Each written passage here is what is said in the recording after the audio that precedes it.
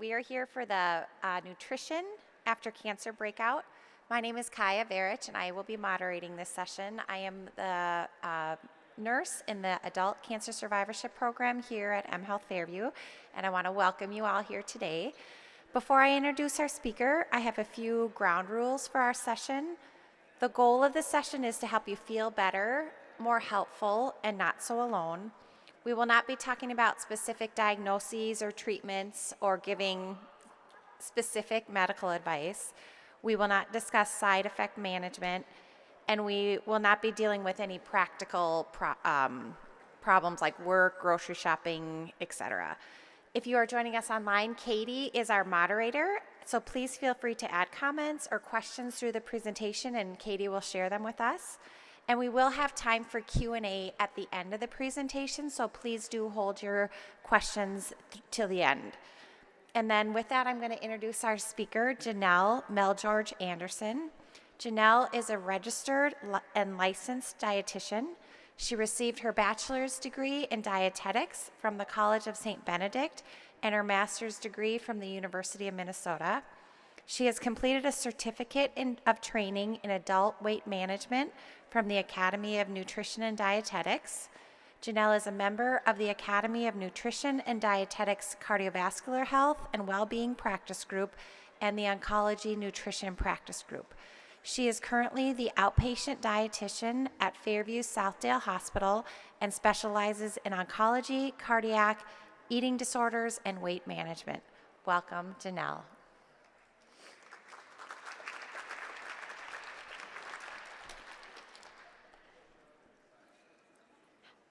Hello. Can everyone hear me? Okay, great.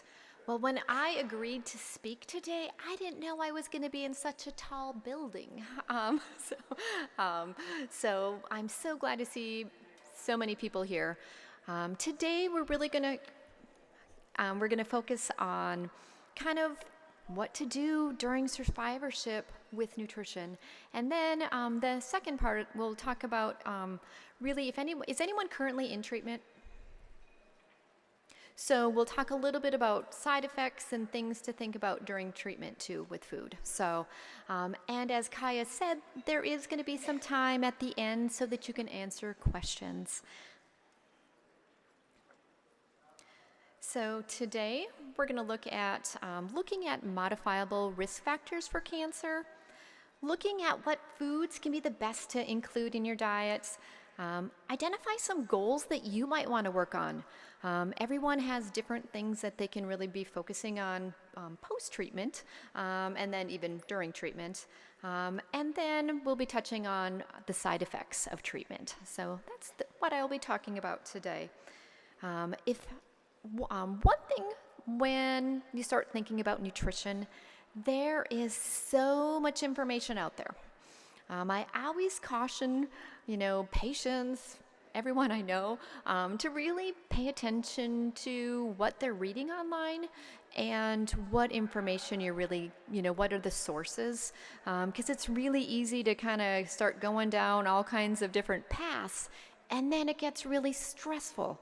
Having a cancer diagnosis is stressful enough, so I often encourage patients sometimes to take a holiday from reading online. Because it will help your mental health, because then you're unsure of should I do this, should I do that? And there's others that sometimes really want to give you advice on what to eat also. Really say, I have a team, I can really work with my providers on that, especially if you're starting to feel overwhelmed with what people are telling you. So if you're going to look online and really want to look at what some of those guidelines are, is one reputable resource is the American Institute for Cancer Research. That is my really to-go resource. It lists different foods. It has 26 different foods that you could incorporate into your diet. So if you're really looking to see what should I be getting, what should I be eating, go to this website. And you don't have to eat all those foods if you don't like them, but really try to see how many you could maybe incorporate into your diet. So with the American Institute for Cancer Research, they came out with some global recommendations a few years ago. and we'll kind of get into some of those. It's looking at being as lean as possible and being within a healthy weight range, because you can be too low of weight. And especially as people are over the age of 65, you really don't, it's better to have a little weight than to be underweight, especially after age 65. We look at frailty at that time. And I know 65 is not old. My mom just turned 85, and if I told her she was frail, she would not approve of that. She's not frail. And my mom's a cancer survivor, so 20 years. So, other things that can really help you is being physically active, looking at that 30 minutes every day. And with that, if you're not feeling great right now, you can go 5 minutes. And you can get on another 5 minutes and another 5 minutes. You can kind of add on to that. If you're in treatment and you're not, your energy's really low, looking at going, 2-3 minutes every hour. I tell people to do loops around their home. If it's hallways, whatever it is, just getting some of that movement can be helpful. Another thing that's important is avoiding sugary drinks and limiting really calorie-dense foods. So again, some of those can increase weight if there's not enough movement with that. I always tell people this is really not rocket science, but getting in your fruits and vegetables, whole grains, and beans. That's really what we want to look at. Sometimes people are like, well, you're just going to tell me to eat fruits and vegetables. I'm like, yes, I'm going to tell you to eat fruits and vegetables, and they're really necessary.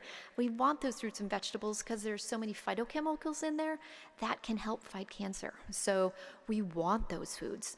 So yes, I'm going to say eat your fruits and vegetables. This number 5 recommendation is limiting consumption of red meat. And that, a way to think about red meat, and we'll get more into that, is anything that has 4 legs. Yes, pork is included in that. Sometimes people are like, what? I said they just had a really smart marketer that said pork was the other white meat. It is not a white meat. So pork goes into that. Another recommendation is limiting alcohol consumption, and really from a cancer basis, it's really trying to, it's best not to have any. I always encourage my patients to check with your oncologist and really what they want you to have. Most say, in treatment, they really don't want you having alcohol. Again, check with your providers. Some might say you could have some don't. So, but really, as from a research basis and looking at what to be including, we really want to limit alcohol.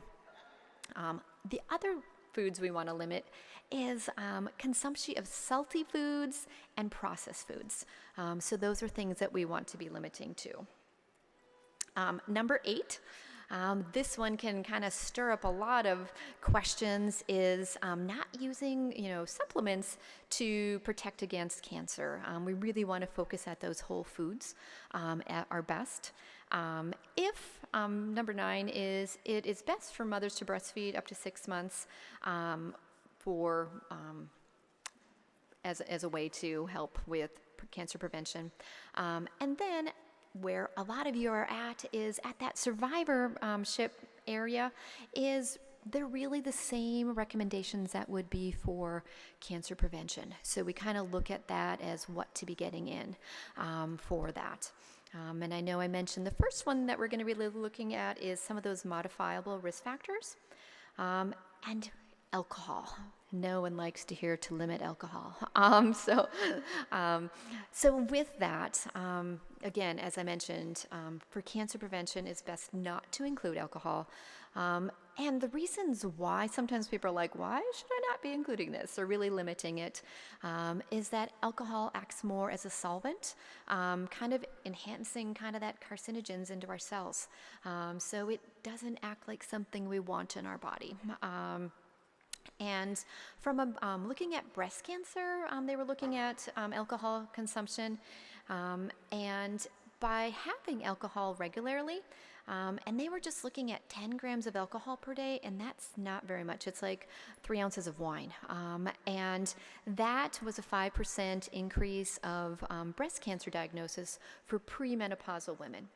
And that 10 grams of alcohol was a 9% increase for breast cancer patients postmenopausal.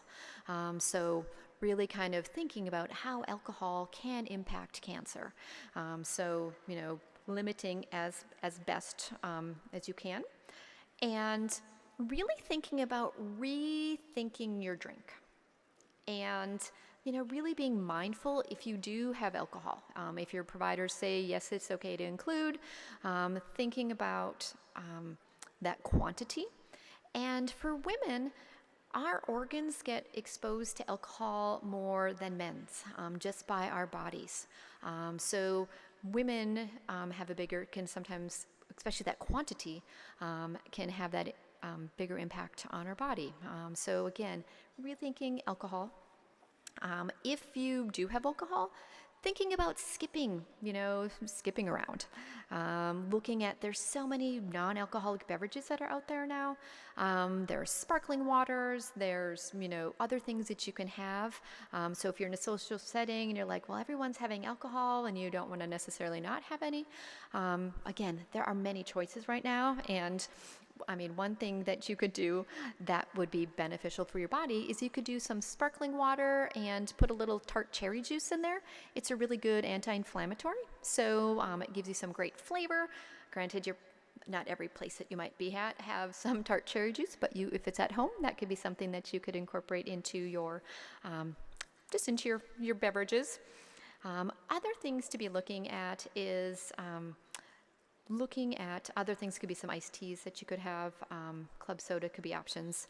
And then sometimes when alcohol is consumed, food choices might be different.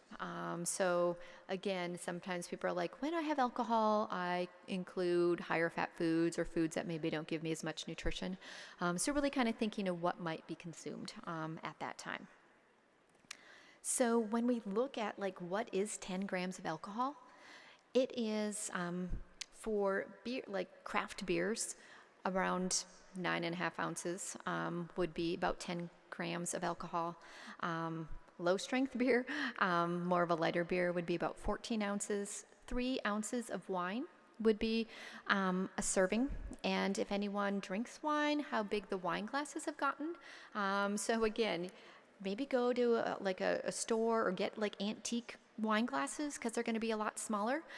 So then if you put a little in your glass, it's going to look a lot less. So tip for anyone that has any wine. And then for hard liquor, 1 ounce. So again, it is, and then seltzers, those a 9-ounce beverage, that is 10 grams of alcohol. So it's not very much, and so really kind of be mindful about alcohol. I didn't used to really talk as much about alcohol, but it has such a big impact on cancer, and it's really now looking at, guidelines are best to not have any. So thinking about how alcohol fits into your lifestyle, if it doesn't, that's going to probably help your cells the best. Other things that we look at from a cancer perspective is weight. And weight is very personal, and no one likes to look at charts and see where they fall. Part of when I'm not in cancer clinic, I work in our comprehensive medical weight loss clinic here at mHealth. And weight there's a lot of controversy sometimes around it and how people feel. So being sensitive to weight and just kind of know where you might fall with weight.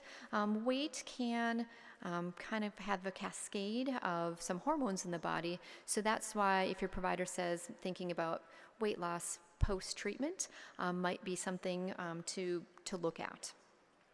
And you've probably all seen different BMI charts. And is it, are there other ways to assess? There's waist circumference for checking for body fat. We're really looking at trying to not have central obesity. That's kind of where affects health a little bit more. And again, the BMI charts, I always tell people not to get stressed out about it. We're just looking at how to be healthy. If weight loss needs to happen, we look at small increments of that. And again, just I'm always about let's try to de-stress. So sometimes weight increases stress.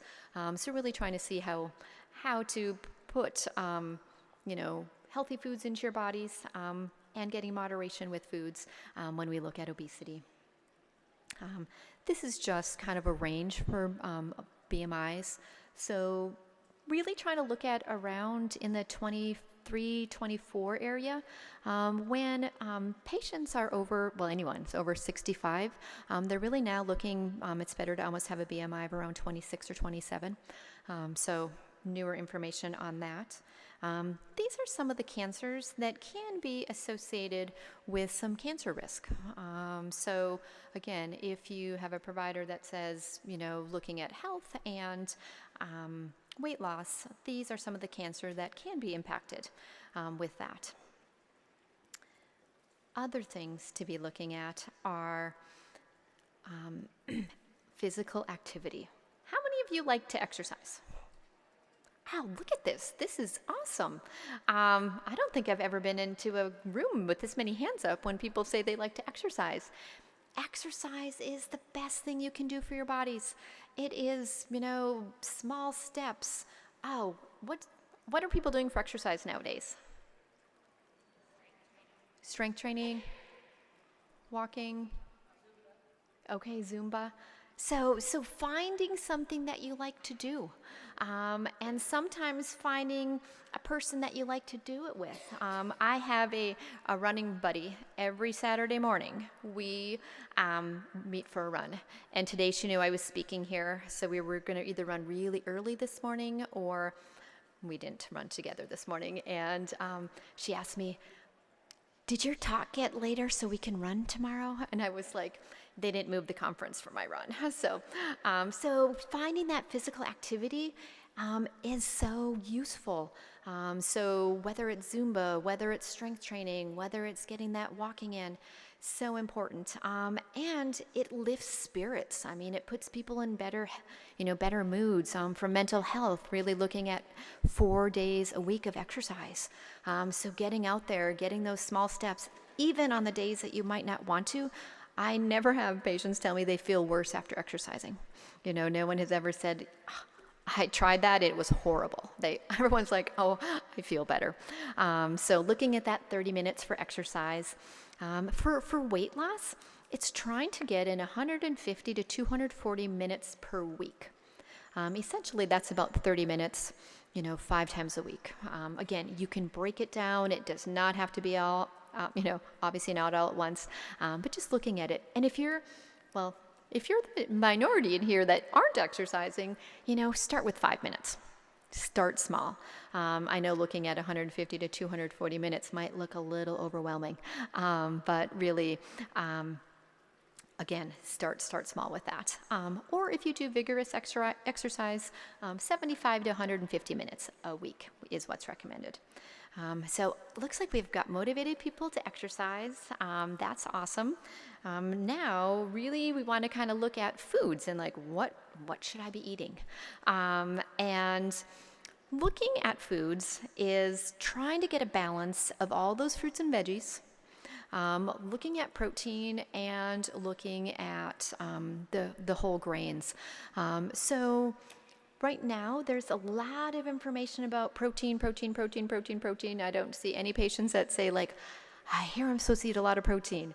So there's kind of a balance with that. So there's things online and telling people to, consume as much protein as their body weight. That sometimes can be too much. So just be aware if you're reading some of those things. Again, that nutrition holiday, if you're starting to think about like, this is stressing me out and how much protein I should get in, again, maybe back that down. But looking at a plate, trying to have half of our plate being vegetables, fruits and vegetables, a quarter of it being protein, and then a quarter of it being grains. So simple ways for food. Again, sometimes it's really easy to try to make it too complex. And if you think about like, what is your food? How much vegetables am I getting in? Is half of my meal looking like vegetables? So making it simple. So with fruits and vegetables, trying to get in about 2 to 3 servings per day. And a serving size is a half a cup. as I was looking at the breakfast that was there earlier today, kind of like with those grapefruits and those oranges that were cut up. So with that, if anyone looked at those, it'd probably be like 2 or 3 pieces of those to equal a half a cup. So it's not a large volume. If you like grapefruit, a half a grapefruit's a serving. For vegetables, trying to get in 2 to 3 servings of vegetables per day. A serving size is about a half a cup to a cup. So having those salads, loading up those foods is really good and important to include. And I tell people to eat the stinky vegetables.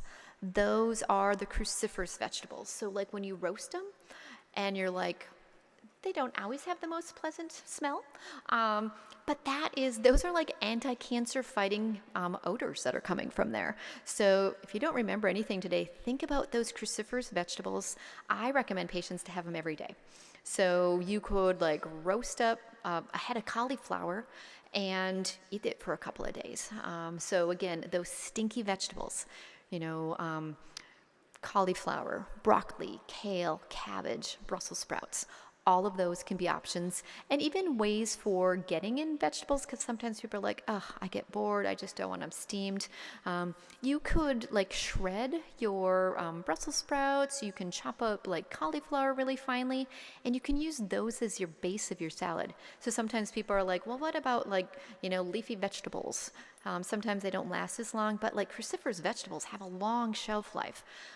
So those you can have and make them as your base of your salad, add your other veggies to it and put your dressing on there, and you've got another variety of foods. So sometimes it's really looking at that variety that can help too, because sometimes people are like, I'm tired of eating the same things over and over and over. So fiber is super important. So many reasons why we want to incorporate fiber. And fiber we get from our fruits, our vegetables, our whole grains. With the push for a lot of protein, it's kind of having people not include as many grains. And when we look at whole grains, those are really a way to get some fiber. And if anyone has any issues with constipation, fiber is necessary. And again, we kind of want we want to get our foods in and we want them to leave our bodies. So fiber is really important. One fiber source that can be helpful for cancer is flaxseed. So ground flaxseed, not the little seeds. The seeds act like a laxative, so if anyone has constipation, that can work. But really when it's ground, there's a phytochemical in there called lignans. And those lignans is really what gets utilized by the body. And they're looking at it for different cancers, especially for breast cancer, incorporating in ground flaxseed, trying to get into about a tablespoon a day. Ways to incorporate it. If you like yogurts, you could mix it in there. You can put it on a salad, as long as there's some dressing in it. Otherwise, that's kind of like powdery. But you could put it in oatmeal. So try to mix it into something, or you can sprinkle it on top if you haven't used it.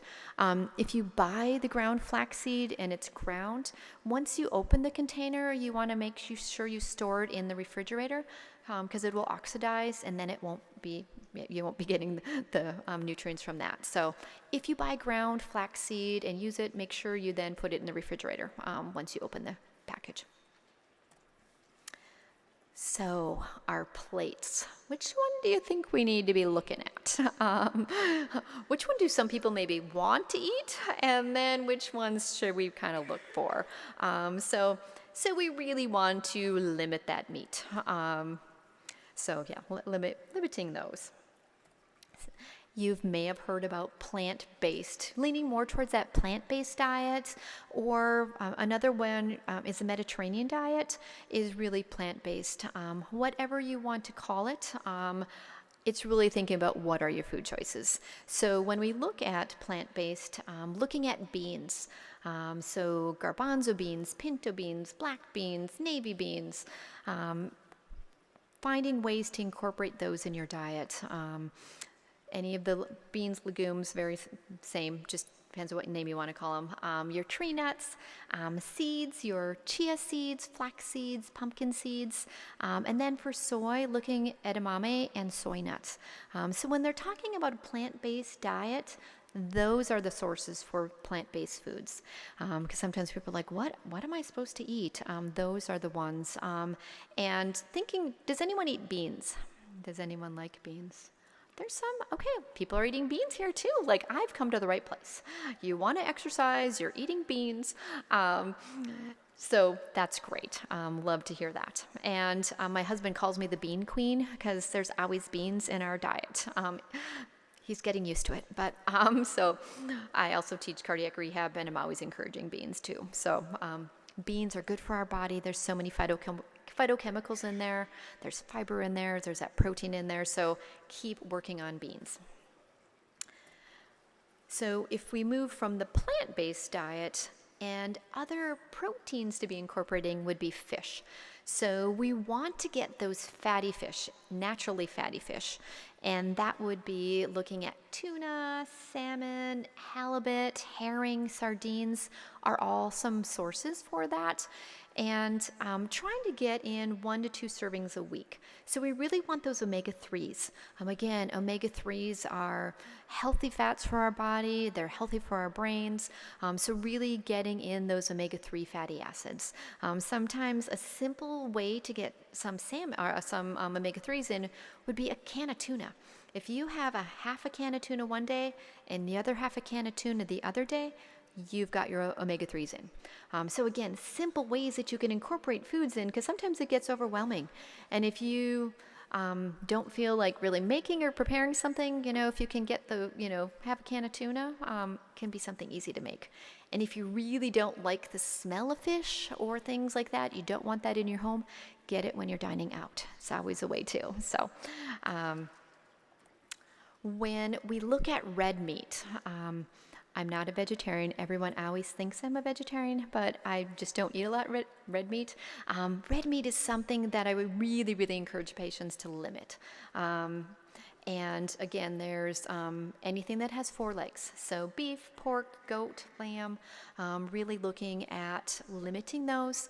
Trying to have less than about 12 ounces per week cooked. So 3 ounces cooked would be about 1 serving.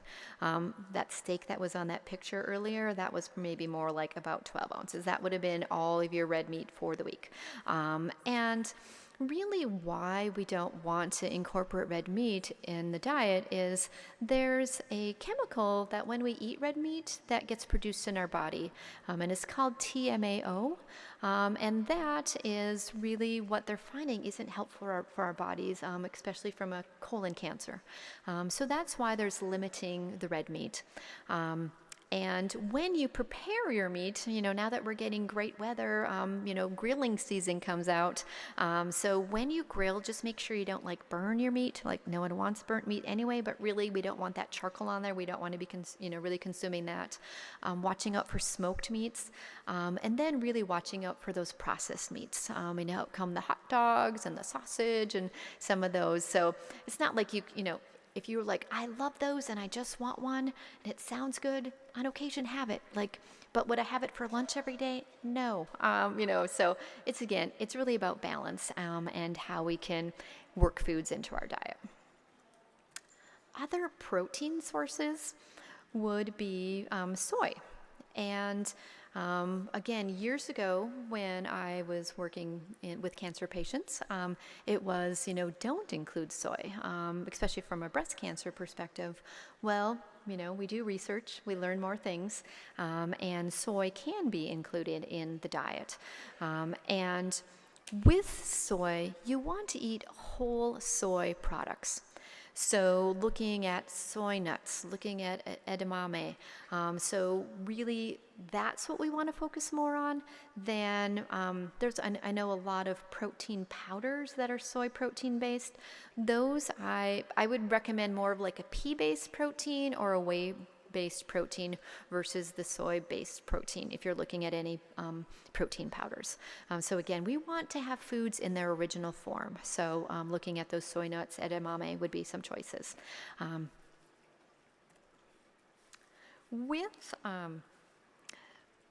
estrogen, sometimes people have really been said to limit how can we help estrogen in the body? And weight loss can help with estrogen reduction. Reducing alcohol can reduce estrogen in the body. And then we're back to those cruciferous vegetables. That's the indole-3 carbinol.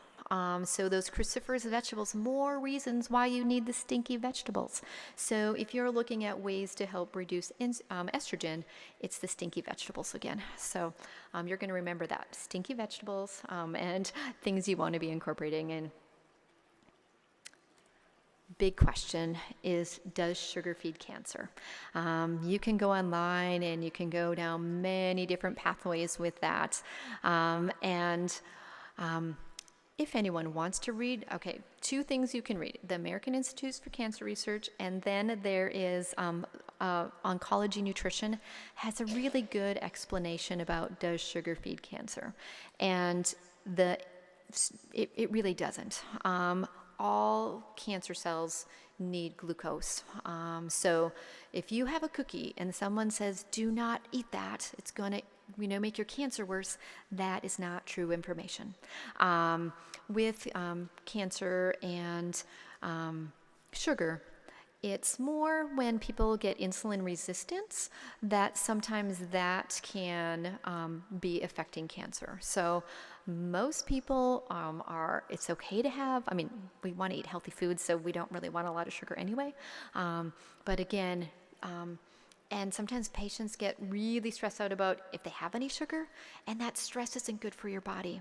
So again, we kind of want to just neutralize that food and find a balance with that. But sugar is not necessarily going to be feeding cancer. So people want to know, can you eat it? Yes, you can have a little. The sugars that we'd be talking about would be more like added sugars.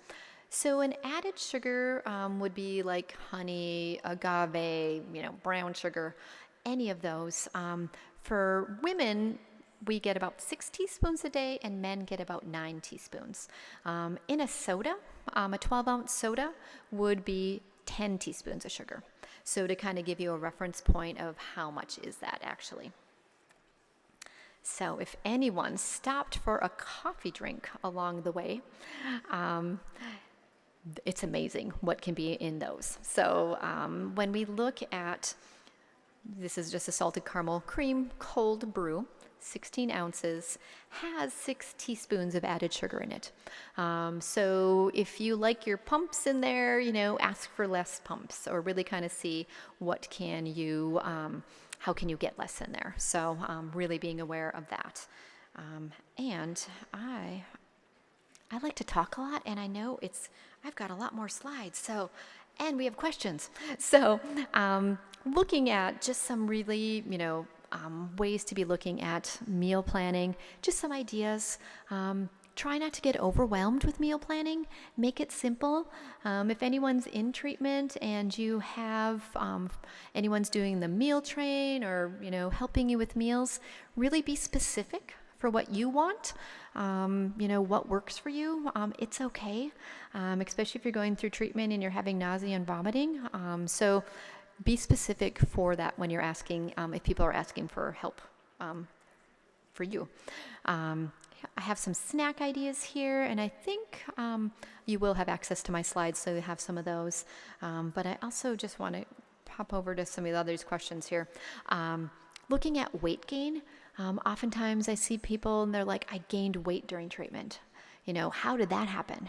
And again, sometimes medications can cause weight gain. People can stress eat, can cause weight gain. There's a lot of different, different ways that people can gain weight during treatment. If you're wanting to lose weight, you can tracking on an app can sometimes be helpful. Again, it's looking at that movement. And then also putting in that strength training. So I know some people said that they are strength training. So really minimum of 2 times a week for that. Then looking at, and these I'm going to go through, I'll just hit a couple of them because I know I want to allow time for questions, because I think we've got 7 minutes. Is that right? So Kaya's keeping me on track. So with treatment, some of the, I'm just going to talk about some of them. Looking for, with nausea, really trying to, obviously, if you have nausea, you might not want to have those cruciferous vegetables if those make you feel worse. But really looking at eating small meals, breaking it down, because if you have nausea and you eat a big meal, that can make you feel worse. Sometimes watching out for higher fat foods, that can cause some nausea because it takes a little bit longer to digest. So that might be something to look out for. Ginger and peppermint can sometimes help with nausea. So those can be foods that you can be kind of incorporating with that. And when you're having nausea, sometimes having liquids outside of your meals, because you're trying to get that food in, and sometimes a little bit if you're having liquids with your meals, sometimes that can increase nausea. So just kind of depending on, and find out what works for you.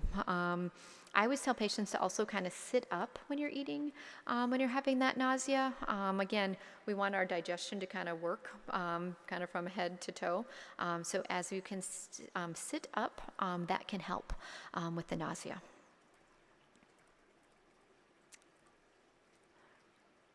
I just want to hit on some of the taste changes. Sometimes, kind of rinsing your mouth before a meal can help with some of those taste changes. If anyone finds anything metallic, really trying to use plastic utensils, drinking out of different cups. I just had a person the other day, they were trying to drink out of their stainless, cup, and they were like, it was horrible. I'm like, okay, just switch, So you might find some of that. So really watching out for anything that's metallic, that can really kind of trigger foods to taste off for you. If you're having taste changes, really looking at trying to have foods that you can serve at room temperature. So again, that they don't have that aroma to those. And then looking at ways to get some of that flavor for different spices. Looking at tart can also be helpful. So oranges, grapefruit, lemonade, and vinegar. I know those can be added to your foods to kind of help it. But with that, I think I'm going to see if Kaya, if there are some questions, I want to allow some time. So raise your hand, and I'll come and get you with a microphone. If it's okay, we'll start with some online questions while Kaya's walking over. Okay, we have a question about what research has been done on the relationship of carbs and cancer. I'm wondering if they're thinking about sugar feeding cancer. I'm wondering if they're looking at that in cancer. From a carbohydrate standpoint, I don't think they're really looking at, I haven't seen any research on that. So if it was the sugar and, those for carbs, they are looking at the sugar feeds cancer, and it doesn't. That might not be exactly, I don't know if I was interpreting right, but from carbohydrates, we want to be getting in fruits, we want vegetables, we want whole grains. So from a research standpoint, and I'm not sure where that question was with. I think they probably were asking about like breads and pasta and rice. Yeah, that's not going to cause cancer. It's a grain. It wouldn't be. I would be more concerned about like processed foods than a grain. So. Thank you for your presentation. It's very informative. Thanks. My question's about not having enough calories. Because I was working with a dietitian, and she suggested I keep a food diary, and I realized I was getting like 1,000 calories a day or something like that. And my oncologist thought it might be like subconsciously, you just know when you eat, you have the thing of the diarrhea and the cramping, and maybe unconsciously I didn't realize I was like not eating to avoid those side effects. So is there a thing of like having low calories, and that's part of the reason you may have the weight gain as well? Yes, actually. So think of calories as fuel. We all need fuel. And when you're not feeling good, like your body's like, no, I don't want it. And when your body doesn't get enough calories, like it holds on to everything. Like you cannot lose, like your body thinks it's starving, so it puts out these other receptors. So it's like we need self-preservation here because there's not enough calories going into our body. And what can help, or what can happen when you're not getting enough calories, there's cancer fatigue, and that even gets worse when we don't have enough calories to support our bodies.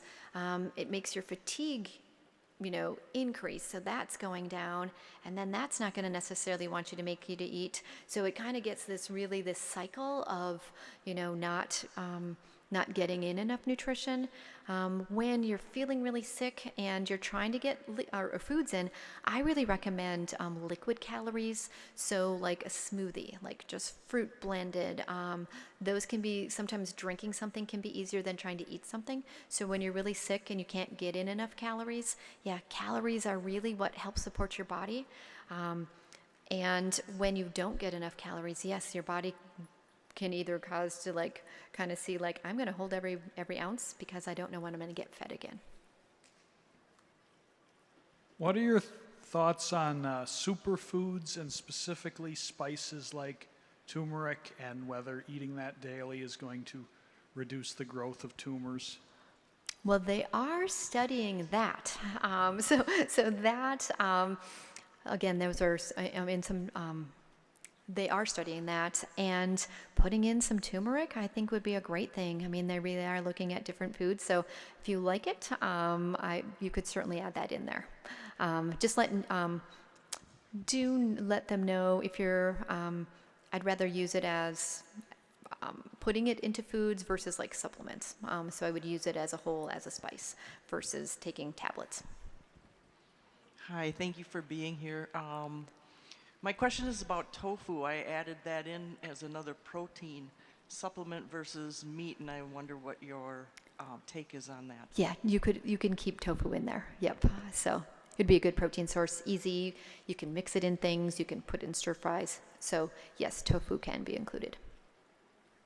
And for soy, like in the U.S., we don't consume enough soy for any issues really. So whole soy foods. So. Just any type of suggestion that you have for inflammation reduction, that would be helpful. Oh, yeah. So things to help with inflammation would be olive oil, adding in olive oil, 2-3 tablespoons a day of olive oil. The other, a big thing that can help with inflammation is limiting sugar. So kind of like those 6 teaspoons. So sugar can be really helpful for reducing inflammation. Adding in olive oil, putting in those omega-3 fatty acids can help with that. And then the other piece is really limiting processed foods, so things that come in a box. So yeah, those can be, again, there's a lot of information about like anti-inflammatory, and then like how I mentioned that cherry juice, and then tart cherries, whether you get them frozen or then when we get our cherries that come in season. Hi, another category that's been getting a lot of press, and I was wondering if you had any thoughts about it and how much to eat, is fermented foods. Oh, yes. There is a lot of press. Regarding, it depends really what a person's gut is like. Yes, it's supposed to help digestion, but then some of the fermented foods aren't necessarily helpful for they look at those at gastric cancers. So I'm not full bore, eat everything fermented. So there's benefits of it, but it's also then from a cancer perspective, they look at fermented foods in gastric cancers. Hi, I'm also wondering about if this would fit in with this conversation. If there are certain, minerals, vitamins that help, that people with cancer should be taking or should not, or should stay away from. I mean, I know it's personal to each person, but do you have any thoughts on that? I normally don't recommend a lot of supplements because they're not regulated, unless there's a deficiency with someone. So it's normally not take all these vitamins because we don't know necessarily what's in them. But if a person's deficient in a vitamin, definitely, then that's needed. All right, everyone. Thank you so much, Janelle. Thank you so much for this Yes. presentation.